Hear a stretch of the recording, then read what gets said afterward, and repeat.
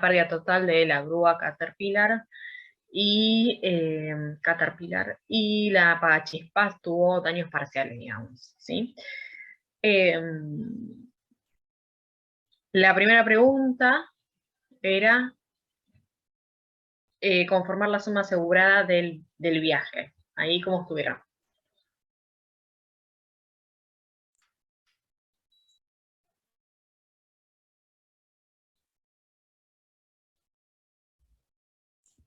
Yo la verdad no lo hice, pero porque nada, estuve probando y no, se me complicó. Así que lo quería ver ahora la corrección bien todo porque no me salió. Y entonces nada, comento eso, estoy complicado ahí. Bien. Te perdiste la clase pasada, Felipe, ¿no? La del jueves pasado, el Sí, lunes sí, no tuvieron. claro, sí, sí, no estuve. Ok, sí. Bien, dale, perfecto. ¿Alguien que lo haya hecho? Profe, a mí la suma asegurada de este viaje me dio $407.000, que era por los 150.000 de la grúa, los 220 de la pagachispas y los 37.000 del beneficio imaginario de las dos.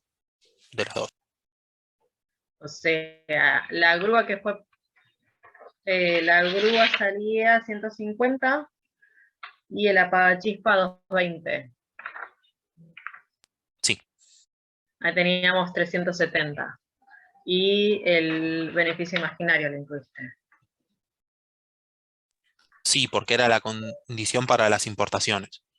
Ok. ¿El resto?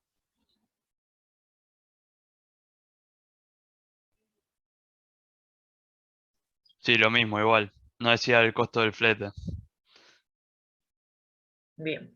Bueno, sí, perfecto. O sea, ahí lo que podemos hacer, o sea, lo que corresponde, como decían, era sumar las dos mercaderías que se estaban transportando, este, que se estaban importando, y claro, el valor de la suma asegurada es el valor factura más,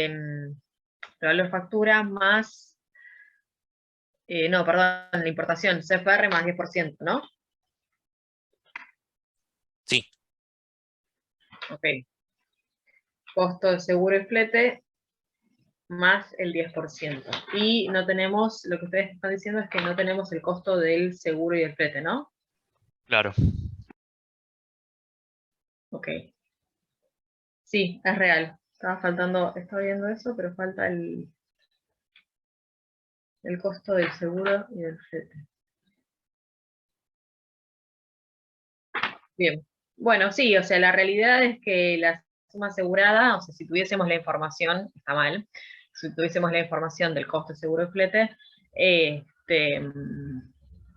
no, perdón, costo de seguro y flete no, chicos, El flete solo. costo del flete sin seguro, faltaría ese gasto que deberíamos incluirlo, pero, raro, a ver, esperen porque yo no tengo hecho.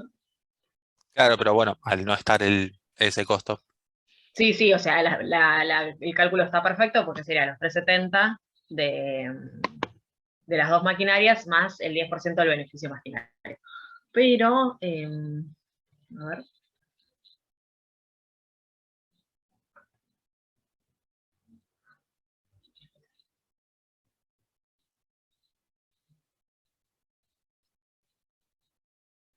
Claro, lo que está después discriminado en el apagachispas son los costos de los fletes, pero por la reparación de la unidad. Bien, ok. En todo caso, si hubiese estado el dato del flete, les tendríamos incluyendo el flete, ¿sí? Recuerden siempre que el tema del beneficio imaginario es sobre el total. O sea, que en este caso, al ser CFR, tendríamos que haber incluido el costo del flete, que pongámosle que hubiese sido, no sé, $5.000. Entonces nos hacía una suma asegurada de 375.000 y ahí le teníamos que sumar el 10% del beneficio imaginario, que hubiese sido, en vez de 37, 37.500, ¿sí? Entonces ahí nos hubiese dado otro valor de suma asegurada. Pero bueno, está bien, perfecto. O sea, la idea era un poco esto, que sepan, que identifiquen cuál era el valor que teníamos que tomar de las tres opciones en la póliza, ¿sí? O sea, de exportación o importación o doméstico, y sobre eso calcular la suma asegurada. Igualmente el único que tenía, bueno, no, perdón, exportación e importación, los dos tenían VI. Así que, bueno, nada. error del enunciado. Pero bien, perfecto. ¿Alguien tuvo algún otro problema con esto?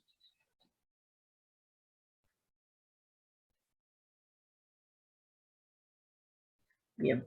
Después el segundo punto dice calcular el monto a indemnizar por parte de la compañía de seguros. Y ahí, La totalidad de la grúa, 150.000, más todos los costos que dice de la paga chispa. 30.000, 10.000, 10.000, 5.000 y 7.500.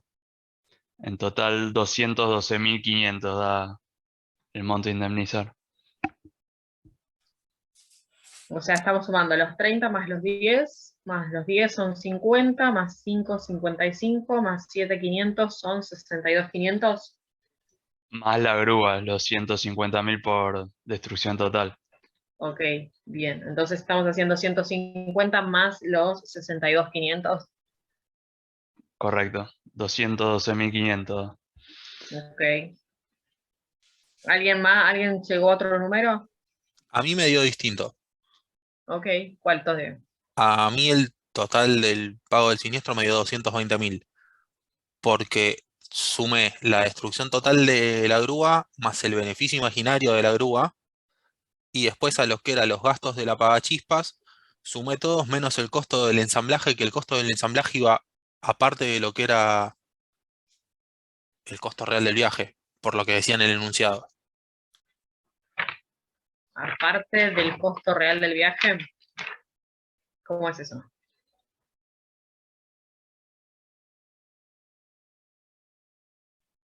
Sí, sí, si no entendí mal el enunciado, aclaraba que el costo del ensamblaje de la pagachispas iba por cuenta del importador y no se detallaba en lo que era el trayecto del viaje. Yo le entendí en ese caso que en el siniestro esa parte, como ya de por sí le iba a pagar el importador, no la tenía que contar. Exacto, bien, sí. ¿Alguien más?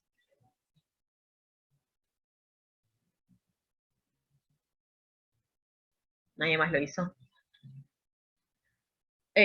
Bueno, chicos, sí, como dice ahí, cuando trabajamos después con los datos del viaje, en este caso particular, lo que menciona el enunciado en este viaje particular, dice que el ensamblaje en destino final de la chispa va por cuenta y orden del importador, ¿sí? O sea que eso, sí o sí, formaba parte ya de un valor que iba a tener que pagar el importador.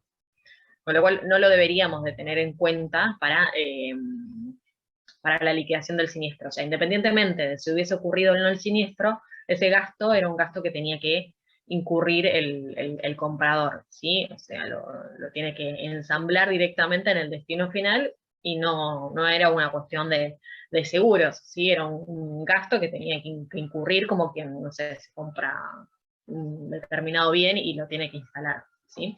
Así que está perfecto no haber incluido ese gasto dentro de la indemnización de la compañía de seguros. Y también está bien el tema de incluir el beneficio imaginario para la destrucción total del Caterpillar. Digamos, el 150.000 es el valor, es ese valor, sí, nos falta el tema del flete en todo caso, pero es ese valor más el 10% del beneficio imaginario por tratarse de una importación o continuación de una importación. Entonces ahí tenemos 150 más los 15, nos hace un total de 165, y le tenemos que sumar el resto de los gastos que sí forman parte del siniestro, digamos. El costo de reparación de la pagachispa, sí, porque es una destrucción parcial y estaba cubierto por destrucción parcial porque la cobertura era, según cláusula del Instituto de Londres, cobertura A, ¿sí? O sea, todo riesgo, digamos. Así que las pérdidas parciales también están cubiertas, entonces el costo de reparación de 30.000 por la pagachispas va, el costo del traslado desde el lugar del siniestro hasta el lugar de reparación también es un flete que debe ingresar, el costo de traslado desde el lugar de reparación al destino final también, porque si no hubiese ocurrido el siniestro, esto no se hubiese incurrido en este gasto, el costo del técnico encargado de la calibración de la pagachispas también, porque es algo que se originó, o sea, se descalibró en el momento del siniestro, ¿sí? Pero no el costo de embalaje, porque el costo de embalaje en la planta de destino final ya estaba como era un gasto que iba a incurrir el asegurado. Así que esos 7.500 no, con lo cual tenemos que sumar los 165 que dijimos antes, más los 10, 30, 10 y 10, 50, más 5, 55, y ahí me da un total de, dijimos, 220. ¿Sí? Sí. Bien, ¿queda claro esto? Yo no entendí lo del beneficio imaginario, ¿por qué se aplica en la pérdida total y no en los parciales, por ejemplo? Sí, porque en realidad es justamente el ajuste que se hace en caso de, o sea, el beneficio imaginario es como una cláusula de ajuste que se da en caso únicamente de destrucción total, ¿sí? ¿Qué sucede? Es como cuando podés tener una diferencia, a ver, convengamos que los transportes marítimos pueden demorar bastante. No sé si como antes, pero no son súper rápidos como lo puede ser un transporte aéreo, que lo vimos un montón en las clases, y como es entre distintos países, va a demorar más también que un transporte local, digamos, acá en la República Argentina, por ejemplo. Entonces, esa demora puede generar diferencias en lo que son los costos o los valores de las maquinarias, y más en nuestro país, en donde tenemos por ahí una inflación suficiente como para que haga alguna modificación en los valores de las maquinarias. Entonces, es como brindarles una cláusula de ajuste, el beneficio imaginario es como una cláusula de ajuste en caso de destrucción total o de pérdida total de la maquinaria, para que después como que el asegurado pueda volver a tener esa misma máquina o se pueda volver a comprar esa máquina. Es cuando se da un siniestro total, porque también tiene que ver un poco con esto que decimos antes, ¿no? O sea, el asegurado incurrió en gastos, por ejemplo, de seguro, por ejemplo, de fletes, en los cuales si la maquinaria no llega a destino o llega con una destrucción total, esos costos en los que incurrió el asegurado, de flete, de seguros y demás, son gastos que los tiene, o sea, que sí o sí los tiene que pagar, son como gastos muertos, con lo cual el traslado de esa máquina hacía que se originen esos gastos, por lo cual, o sea, un poco lo que se busca con ese 10% de ajuste es a paliar esos gastos en los que se incurre cuando se hace ese traslado marítimo. No así en una pérdida parcial, porque ese bien vuelve a poder utilizarse, no es que lo tenemos que volver a comprar y tenemos que volver a pagar el costo del viaje marítimo, el costo de aduanas y demás, ¿sí? O sea, cuando el bien es reparable, o sea, yo ya no tengo que volver a generar un nuevo viaje marítimo para volver a importar la máquina, Perfecto, perfecto. ¿sí? Bien, ahí en el chat estaban preguntando que daba 220.000.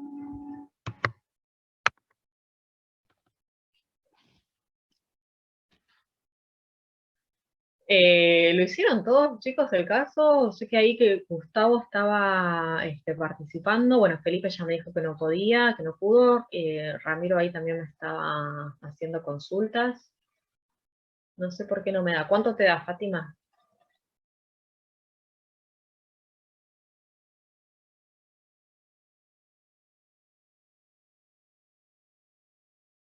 Bueno, ¿alguien más no le dio el resultado de los 220.000?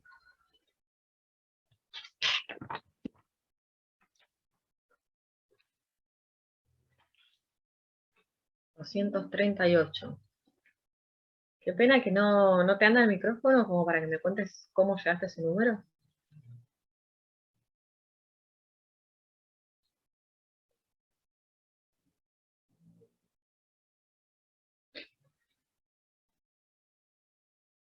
No, porque estoy de la compu. Ok. Eh, bueno, nada, no sé cómo llegaste. Vuelvo a repetir, o sea, tenemos los 150 de la Caterpillar, de la grúa, que hubo una pérdida total, ¿sí? Así que esos 150.000 los tengo que incluir como una indemnización. A su vez, le tengo que sumar la cláusula de ajuste que decía recién, que es únicamente para pérdidas totales, porque se busca paliar, digamos, los gastos en que incurre el comprador, y gastos de aduana, gastos de todo lo que implica la importación. Entonces ese 10% se incluye ahí. El 10% de 150 son 15.000, hasta ahí entonces tengo 165.000.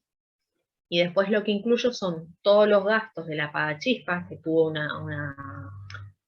un siniestro parcial, ¿sí? En donde tengo costo de reparación y algunos costos de traslado, que serían los primeros 4 ítems de lo que figura en el enunciado. El quinto ítem, que es el costo de ensamblaje a planta, no lo estoy incorporando, ¿sí? Porque ese es un costo que el comprador iba a incurrir igual, si la pagachispas llegaba o no, o sea, si llegaba, sin siniestros, igual iba a tener que pagar ese costo. Así que ese gasto, en realidad, esos 7.500 de ensamblaje en planta, es como un costo que, de instalación, para decirlo de alguna manera, y no tiene que ver con el siniestro. O sea, es algo que igualmente iba a pagar si hubiese ocurrido o no el siniestro. Entonces ahí estábamos sumando 30 más 10 más 10, 50, más 5, 55. Entonces de los 165 más los 55 de recién, nos da 220. ¿Sí? El 238 no lo veo. Porque si lo hubieses incorporado igual, el 7.500 sería 227.500, y no sé si habrías puesto un 10% de beneficio imaginario en general, pero bueno, habría que ver cómo lo sumaste. No sé si ahí queda un poco más claro.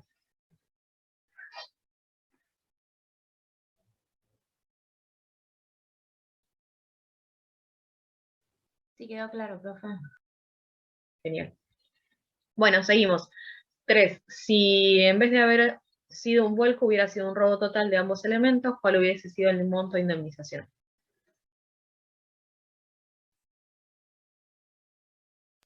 Yo acá había puesto los valores de la mercadería, pero entiendo que ahora sería el total de la suma asegurada. Como de la mercadería. Yo había puesto 150.000 más 220.000, 370.000 en total, pero entiendo que con lo del beneficio imaginario sería 407.000. Bien, sí. Sí, tenemos 407.000. Y hubiese sido un vuelco. ¿Alguna observación con eso?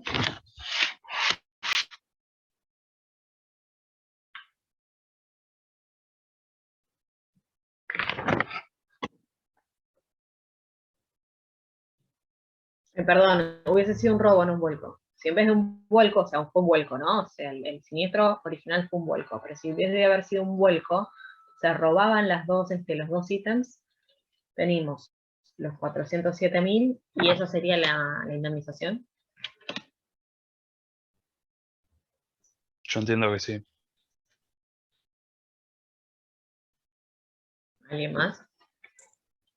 Para mí sí. ¿Y qué pasa con la franquicia o el deducible que estaba en el enunciado?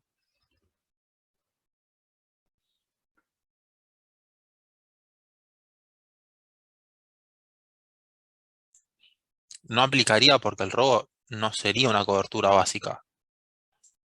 Dice, deducible 1% de la suma asegurada, mínimo 500 para riesgos más amplias que la básica. Resto sin deducible. Pero ahí no habla de responsabilidad. Yo lo entendí como que estaba todo junto en la parte de responsabilidad. ¿Cómo de responsabilidad? Claro, habla de los límites de responsabilidad por viaje. Sí, eso en realidad es un dato de póliza que te dice que hasta que la póliza tiene cobertura, por ejemplo, en los viajes marítimos, que es el que nos estaría importando, bueno, en terrestre también, perdón, que no podrían estar transportando, por lo menos no sin antes avisar a la compañía de seguros, maquinarias por más de 5 millones en lo que es marítimo, y maquinarias o mercaderías por más de 2 millones en lo que es terrestre. En este caso, el valor total a riesgo, digamos, eran los 370.000, más el 10% de beneficio imaginario, que igual no correspondería, porque en realidad la maquinaria, el valor de las máquinas que se están transportando son 370.000. El resto es una cláusula de ajuste. Entonces, esos 370.000, tanto para marítimo como aéreo, bueno, aéreo también, pero como terrestre, mejor dicho, porque el viaje fue de estas dos modalidades de transporte, entran en esta suma, ¿sí? O sea, no me pasé de esa suma. Aparte, la póliza indica que hay un deducible que es un 1% de la suma asegurada con un mínimo de 500, ¿sí? Sería un 1% de la suma mínimo $500, con lo cual si ese 1% de la suma asegurada, no sé, pongámosle que tenemos una suma asegurada de 2.000 y el 1% de 2.000 nos da, no sé, 20 pesos, el mínimo que se le va a aplicar siempre va a ser $500. Y dice, para riesgos más amplia que la básica, resto sin deducibles. O sea que para aquellos riesgos que no sean vuelco, descarrilamiento, choque, bla, bla, bla, que son cobertura de la básica, no aplicaría deducible, pero para riesgos que son más que la básica, ¿sí? Básica, acuérdense, teníamos básica más robo y adicionales, básica más robo y no sé qué. Para los otros riesgos que no son la básica, deberíamos aplicarle el deducible del 1%, ¿sí?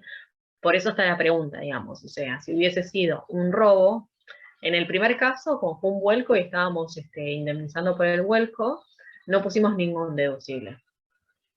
¿Sí? O si no, lo tendríamos que haber puesto, depende cómo lo interpretábamos ahí, de alguna manera lo tendríamos que haber puesto, o en la básica por vuelco, hasta donde estuvimos haciendo recién, o en la de robo, que es en donde en realidad debe ir, porque el deducible va aplicado a la cobertura más amplia que la de la básica. Entonces, en este caso, con la pregunta 3, cuando habla de que si las dos hubiesen sufrido un robo total, se hubiese tenido que indemnizar con la suma asegurada más el beneficio imaginario, pero descontándole la franquicia o el deducible.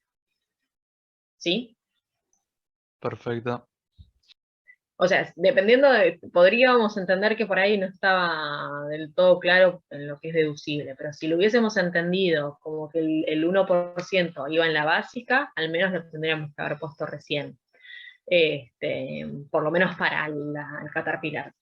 Pero la realidad es que aplicaría a riesgos más amplios que no sean la básica, como por ejemplo robo. Entonces, ahí el 1% de la suma asegurada, ¿cuánto va a ser? 4.070. Bien, entonces a 407.000 le estoy sacando 4.070, me quedan, 402.930. bien. Esa sería la suma que tuviese que haber indemnizado la compañía asegurada, la aseguradora, sí, si hubiese sido un robo total de las dos maquinarias que se estaban trasladando. ¿Sí? Sí, sí. Sí, profe. Bien, genial. Sigo. La presente cobertura ampara el riesgo de guerra y huelga, ¿por qué?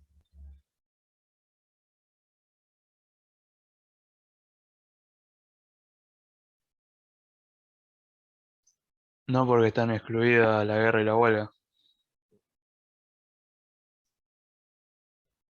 ¿Qué más? ¿Todos con lo mismo? Sí, son dos exclusiones a la cobertura. Bien, perfecto. Sí, son dos exclusiones a la cobertura, ¿sí? No me acuerdo si era las 6, las 7, Sí, las pero dos. las 6 y dos. 7. Pero sí, obviamente, no cubre, no ampara el riesgo de guerra y huelga porque son exclusiones de las cláusulas del Instituto de Londres 6 y 7. Sí, esa sería la respuesta. Bien, 5. En caso de haber estado cubierto solamente bajo la cláusula C del Instituto de Londres, ¿hubiera tenido cobertura el siniestro? Y en caso de que hubiera sido un robo, Por volcamiento sí, pero no por robo.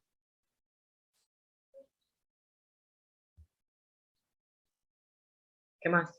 ¿Todos igual? Sí,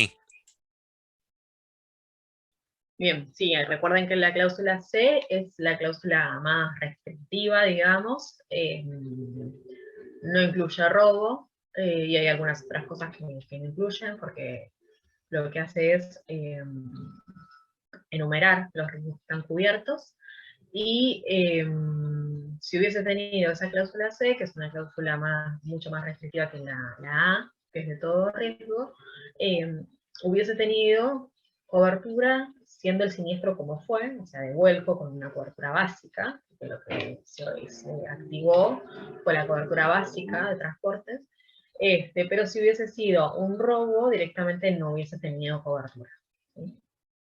Así que en caso de que el asegurado hubiese tenido una cobertura C y haya sufrido el vuelco, o sea, el siniestro como tal cual fue, la indemnización, perdón, era la misma que vimos recién, y en caso de robo directamente no tenía cobertura.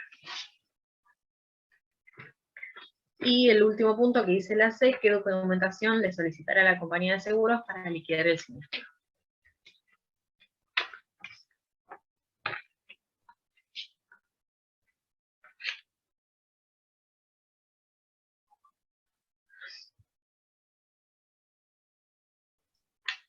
Factura, packing list, despacho de importación, contrato de fletamento, carta protesto, declaración del conductor, notificación del transportista o del asegurado. Esas son las que puse. Ujú. Sí, factura comercial urgente, sí, o sea, obviamente el packing list también para saber de dónde vino, o sea, si realmente, porque acordémonos que el siniestro fue en el transporte terrestre, pero esto venía en importación, entonces también hay que chequear que realmente el siniestro haya ocurrido en el vuelco y no que la mercadería ya estaba dañada, por lo menos en la que estaba dañada, no parcial, que no estaba dañada cuando estaba en el barco, porque ahí aplicarían, si bien aplica la cobertura también, aplicarían otras condiciones que estaban en póliza, no serían las terrestres, sino las marítimas. Bueno, el remito también, ¿no? Sería importante tenerlo. El remito es como cumple un poco la función de la factura, así que también debería de pedirla la aseguradora. En realidad la aseguradora va a pedir casi todo. La carta de protesto también. El tema de la carta de protesto, no sé si va a ser requisito, o sea, lo puede pedir, no vas a ser un requisito del envío, ¿sí? Porque la realidad es que el siniestro ocurrió en el transporte terrestre, con lo cual el tema va a ser después ver a qué se debió el vuelco del camión, y habría que ver si la póliza tenía la exclusión de responsabilidad al transportista, ¿no? Pero la carta protesto es más que nada para los viajes marítimos, así que no sería como algo que sí o sí tiene que presentar en esta ocasión, porque se trató más que nada del siniestro, se trató de un terrestre, digamos. Despacho de la importación, sería interesante que también lo tengan para saber el tema de que se haya llevado a cabo esa importación, de que esa mercadería ya había salido de la aduana, que se nacionalizó, que la mercadería estaba nacionalizada y se estaba transportando correctamente por el territorio de la República. El conocimiento de embarque, bueno, también, o charter party, ¿sí? Que se menciona, que es más o menos la misma documentación, así que un poco sería eso lo que se necesita. Por ahí podemos prescindir de la carta protesto, sí, estaría interesante incluir el remito, en lo que habías mencionado, Ramiro. Perfecto. Bien, y eso es todo, ¿no? Chicos, consultas, dudas, preguntas, comentarios, algo que me quieran hacer del ejercicio, de los ejercicios anteriores, de si quedó claro el tema de la suma. No, mucho más claro ahora. ¿Sí? Felipe, que tenías algunas consultas que no lo habías podido hacer.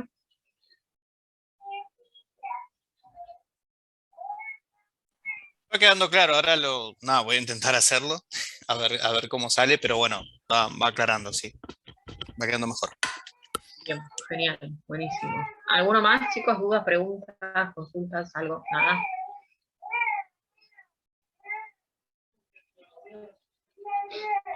Bueno,